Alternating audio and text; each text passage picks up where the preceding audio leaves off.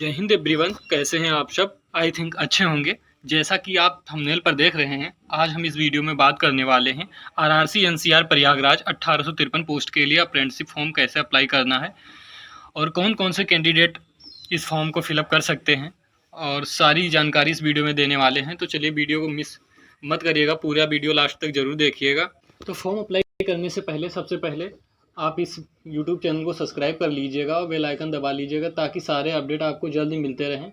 और डिस्क्रिप्शन में टेलीग्राम का लिंक है, वो भी ज्वाइन कर लीजिएगा, ताकि सारे study materials and job update जो भी PDF होती हैं वो सारी आपको वहाँ पर मिलती रहे। तो सबसे पहले आपको गूगल क्रोम या क्रोम ब्राउज़र से आरआरसी एनसीआर प्रयागराज वेबसाइट पर लॉगिन हो जाना है। लॉगिन होने के बाद कुछ इस तरीके से इंटरफेस आपके सामने आएगा।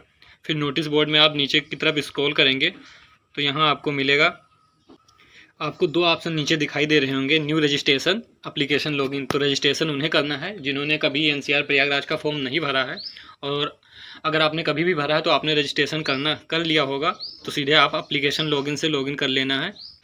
चलिए हम रजिस्ट्रेशन करते हुए फॉर्म को फिलअप करने की सारी जानकारी देते हैं। रजिस्ट्रेशन पर क्लिक करते हैं, आपके साथ सामने कुछ टर्म्स कंडीशन दिखाई देंगे, जिनको आपको टिक कर आई एग्री, मैं सहमत हूँ करके प्रोसीड कर देना है। और आपके सामने थोड़ा सा प्रोसेस होने के बाद ये रजिस्ट्रेशन का जो पेज है वो ओपन हो जाएगा। तो सबसे पहले आपको करना क्या है, सबसे पहले आपको कैंडिडेट का नाम जो है डालना है, उसके बाद अभ्यर्थी का पुनः नाम दर्ज करना है, उसके बाद जो ये है पिता का नाम डालना है। पिता का नाम डालने के बाद पिता का नाम जो है वो कन्फर्म करना है। उसके बाद आपको माता का नाम डालना है। ये सब किस आधार पर डालना है, जिस आधार पर आपके हाई स्कूल के मार्कशीट में नाम हो उसी प्रकार से डालना है। माता का नाम फिर से डालने के बाद फिर कंफर्म करना है, उसी नाम को 2 बार डालना है। फिर अपना आधार नंबर डालना है। आधार नंबर डालने के बाद फिर आधार नंबर को भी कंफर्म करना है।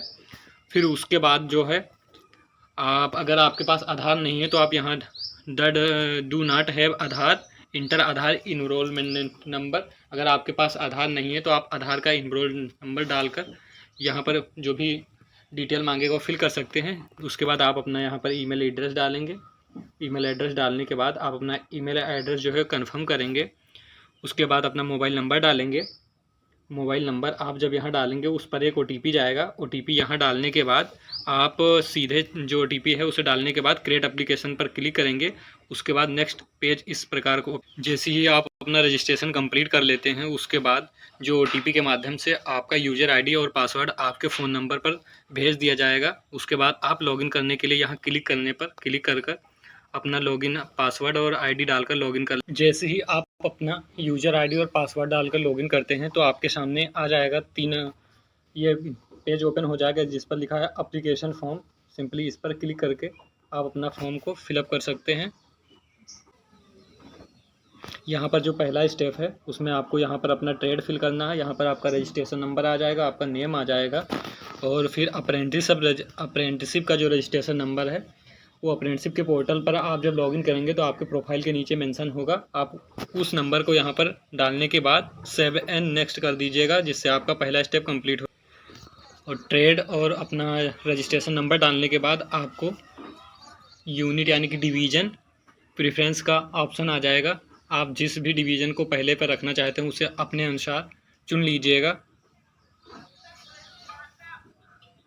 जैसे ही आप डिवीज़न सेलेक्ट करने के बाद सेव नेक्स्ट करते हैं, उसके बाद सेकंड पेज जो ओपन होगा वो होगा बेसिक डिटेल की, जिसमें आपका जो नेम वगैरह है, पिता का नाम, माता का नाम, सारी डिटेल जो हैं वो आप फिल कर लेंगे। जैसे ही आप अपना बेसिक डिटेल फिल करने के बाद सेव नेक्स्ट पर क्लिक करते हैं तो आपके सामने दूसरा पेज ओपन हो जाएगा। में आपको एकेडमिक जानकारी देनी है, आपकी जो शैक्षिक योग्यता है वो सारे को फिलअप करना है। एकेडमिक सेशन में आपको ओनली 10th के जो मार्क्स हैं और 10th का जो ईयर है आपने कब पास किया है, और 10th का जो सर्टिफिकेट मांगे या उसका जो टोटल नंबर है यही फिल करना है। आपको 12th का जो है वो नहीं फिल करना है, वरना आपको 12th का भी DB के समय मार्कशीट वगैरह लेकर जाना पड़ेगा। उसके बाद अपना ITI का ट्रेड और पूर्णांक और ITI का जो वो प्रमाण पत्र नंबर है वो सारे फिलअप करने के बाद सेव एस नेक्स्ट।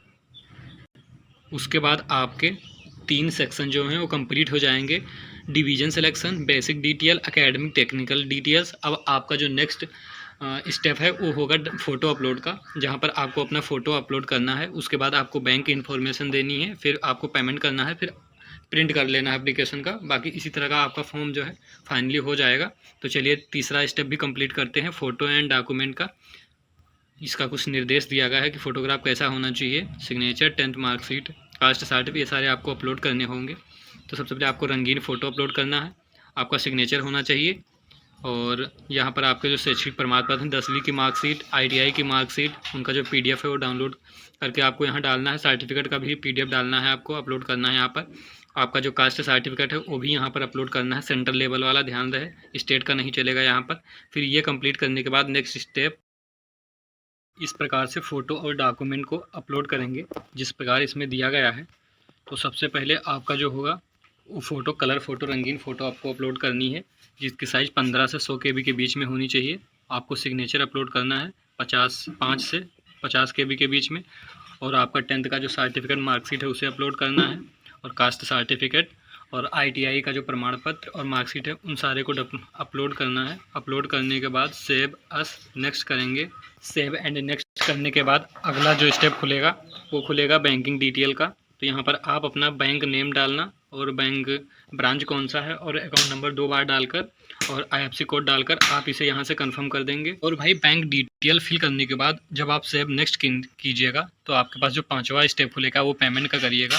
कुछ इस प्रकार से आपका रजिस्ट्रेशन नंबर, मोबाइल नंबर सारा कुछ आ जाएगा, जिसमें आपको जो 100 रुपये ऑनलाइन करना है, इसे आप UPI से या किसी भी UPI ID से या कोई भी जैसे फ़ोनपे, गूगल, किसी एक से करने के बाद आप पेमेंट कर दीजिएगा। उसके बाद एक ही स्टेप आपके पास बचेगा, वो बचेगा एप्लीकेशन प्रिंट का। उसके बाद आप फिर से आकर लॉगिन कर अपना जो फाइनल प्रिंट आउट है इसे लॉगिन कर लीजिएगा।